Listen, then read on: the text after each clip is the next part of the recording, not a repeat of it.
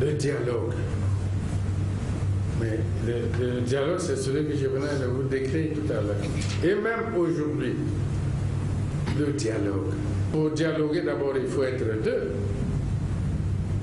au moins.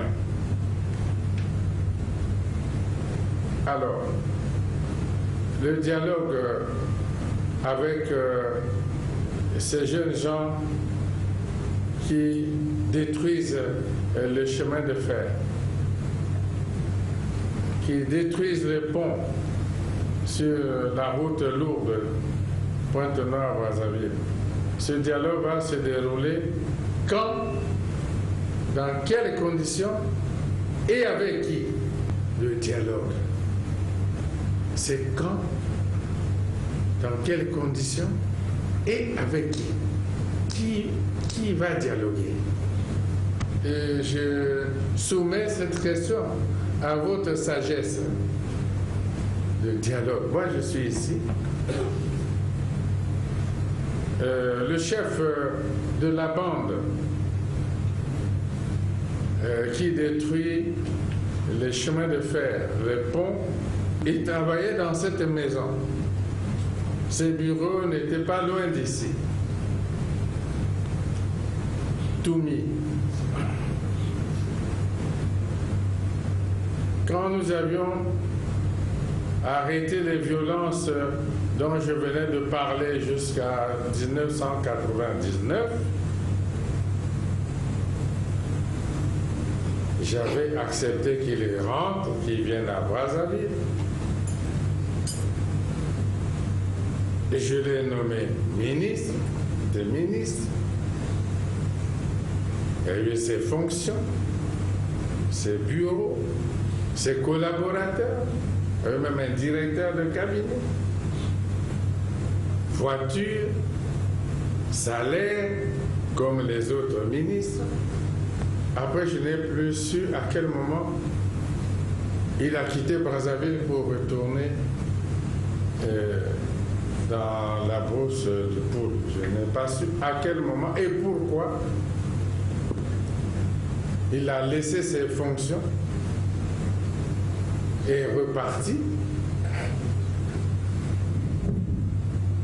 dans la brousse du poule et recommencer ce que je viens de décrire. Alors, le dialogue, c'est avec lui alors. Alors, si c'est avec lui, vous, les rois, les notables, les sages, alors, trouvez-le-moi alors. Amenez-le-moi ici pour le dialogue. Puisque j'entends parler de dialogue. Dialogue avec qui, quand et comment? Je vous remercie parce que, oui, vous avez dit que vous êtes déplacé assez difficilement parce que on n'a pas disposé de beaucoup de temps pour vous prévenir longtemps à l'avance qu'il y avait cette cérémonie. Moi-même, je me suis déplacé à plusieurs reprises. Si je n'avais pas renoncé au voyage à Madagascar, je serais revenu de Madagascar seulement hier. Et là, j'ai dit que non, Madagascar, j'ai envoyé mon ministre des Affaires étrangères pour être en mesure de vous recevoir aujourd'hui. Sinon, je serais à Madagascar, où j'étais appelé. Je ne serais revenu peut-être que hier la nuit. Puisque le sommet n'a pris fin que hier, à Madagascar. Merci donc d'avoir permis cette rencontre et ensemble nous avons célébré la fête nationale, la proclamation de la République. Mais oui, ce sera toujours comme ça, pas seulement pour la fête, mais pour la construction du pays. La Constitution vous donne la possibilité de participer à la construction du pays à votre manière, avec vos moyens, mais surtout votre sagesse et la connaissance que vous avez des hommes. Et je compte donc sur votre soutien pour qu'ensemble nous continuions la construction de ce pays et dans la paix. Je ne doute pas que ce sera ainsi. La construction ne peut pas être toujours une ligne droite comme ça. Et il y a des moments où elle pose ses problèmes. Et nous sommes en face d'un problème. Et nous allons ensemble trouver des solutions à ce problème. En ce qui me concerne, j'ai la nette conviction que nous allons continuer la construction de ce pays et qu'il y aura certainement d'autres progrès. Et puis, il arrivera toujours un moment où notre génération, telle que nous sommes là, je crois qu'il y a des vieux, des rois, mais je commence déjà, les vieux sages, comme le vieux Wenge qui est là-bas, le président des sages, sont des doyens.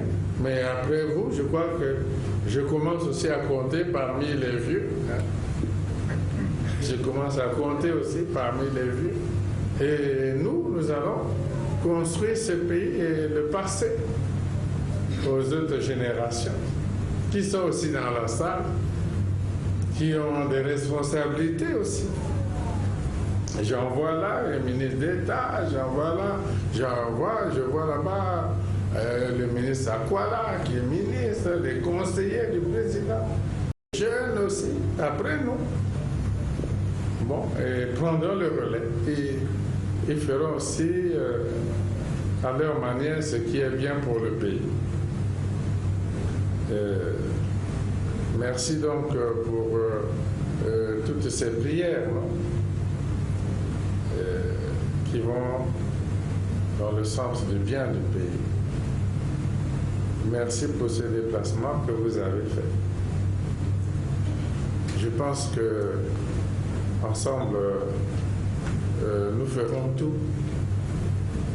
pour que notre pays avance toujours et toujours dans la voie de la paix, de l'unité et du développement. Merci beaucoup.